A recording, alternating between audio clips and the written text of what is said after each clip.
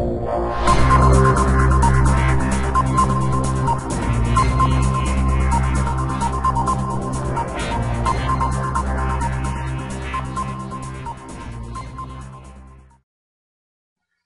guys, this article is in relation to the BP oil spill that happened in Mexico last year, and as you know, at the time there was quite a bit of controversy.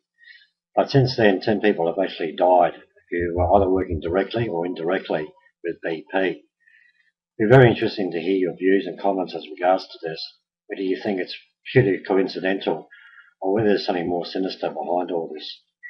Also, I advise you to watch the video right through, as there's a very important speech at the end directly to major corporations and the government. So I thank you once again for watching my videos. If you did like it, please give it a rating. Thanks once again. Hope you enjoy the video.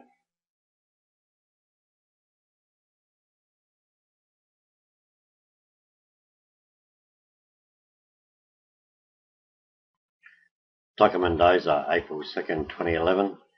Tucker Mendoza, Gulf Truth activist, and was shot 4 times through his front door and his niece hit twice. Gregory Stone, February 17th, 2011, died of an unknown illness. Stone was an oft-quoted expert concerning the damage the leaked oil might cause to the coast. Anthony Nicholas Tremonti, January 26, 2011, Department of Marine Resource Officer from Ocean Springs, arrested on child porn charge. Dr. Thomas B. Manton, January 19, 2011. Dr. Thomas B. Manton, former President and CEO of the International Oil Spill Control Corporation, imprisonment and subsequent murdered whilst in jail. John P. Wheeler, December 31st, 2010. John P. Wheeler, former Pentagon official and presidential aide and defense consultant expert on chemical and biological weapons, was beaten to death in an assault, but it was discovered in Wilmington landfill. James Patrick Black, November 23rd, 2010. James Patrick Black, an incident commander for BP's Gulf of Mexico oil spill response team, died Tuesday night near Destin, Florida, in a small plane crash.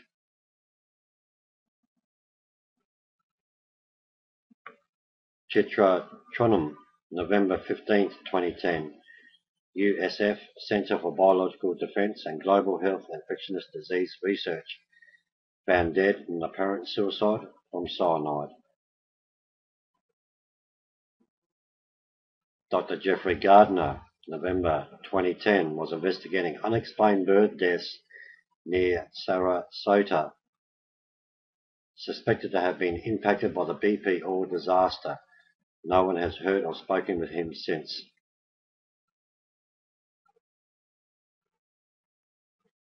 Roger Gruters, October 6, 2010, was hit by a truck as he passed through Panama City, Florida. Had been knocked down and killed close to the end of a 3,200-mile trans-American charity ride to raise awareness about the Gulf Coast oil disaster.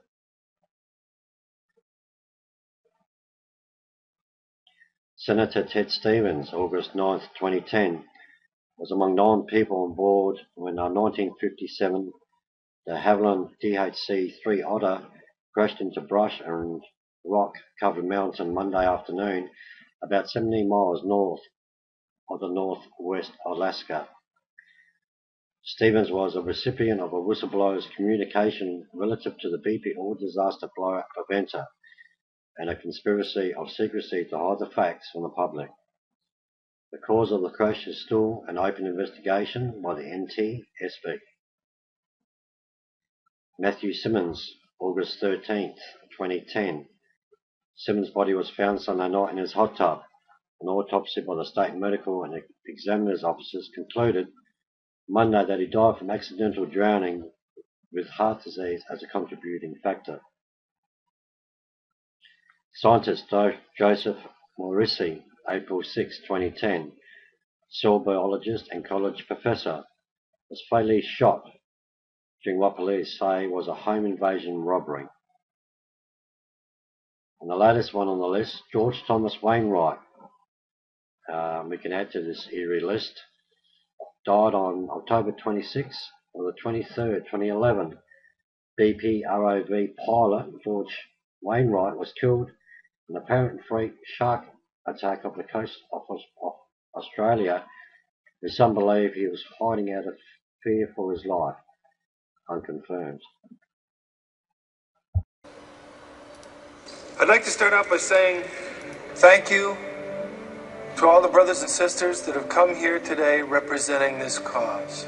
I've been asked by Mr. Etok and the Tribal Council to speak to you and the members of the press about the injustice that's been brought against us by some government officials and big business. How many of you out there have heard of alternative engines? Engines that can run on anything from alcohol to garbage or water. Or carburetors that can get hundreds of miles to the gallon. Or electric or magnetic engines that can practically run forever. You don't know about them because if they were to come into use, they'd put the oil companies out of business. The concept of the internal combustion engine has been obsolete for over 50 years. But because of the oil cartels and corrupt government regulation, we and the rest of the world have been forced to use gasoline for over 100 years. Big business is primarily responsible for destroying the water we drink, the air we breathe, and the food we eat. They have no care for the world they destroy, only for the money they make in the process. How many oil spills can we endure? Millions and millions of gallons of oil are now destroying the ocean and the many forms of life it supports. Among these is plankton, which supplies 60 to 90% of the Earth's oxygen. It supports the entire marine ecosystem, which forms the basis of our planet's food supply. But the plankton is dying. I thought, well, let's go to some remote state or country, anywhere on Earth. But in doing a little research, I realized that these people broker toxic waste all over the world. They basically control the legislation, and in fact, they control the law. The law says no company can be fined over $25,000 a day.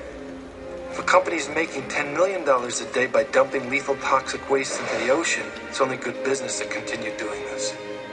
They influence the media so that they can control our minds. They've made it a crime to speak out for ourselves, and if we do so, we're called conspiracy nuts and we're laughed at. We're angry because we're all being chemically and genetically damaged, and we don't even realize it. Unfortunately, this will affect our children. We go to work each day, and right under our noses, we see our car and the car in front of us spewing noxious and poisonous gases that are all cumulative poisons. These poisons kill us slowly, even when we see no effect. How many of us would have believed if we were told 20 years ago that on a certain day we wouldn't be able to see 50 feet in front of us?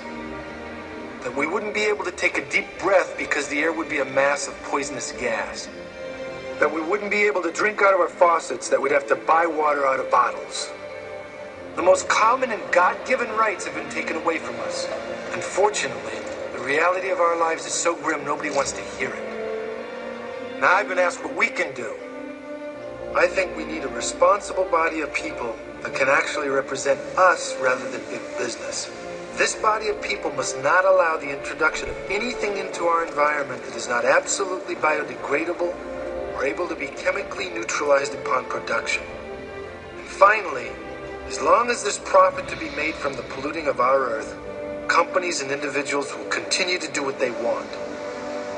We have to force these companies to operate safely and responsibly, and with all our best interest in mind, so that when they don't, we can take back our resources and our hearts and our minds and do what's right.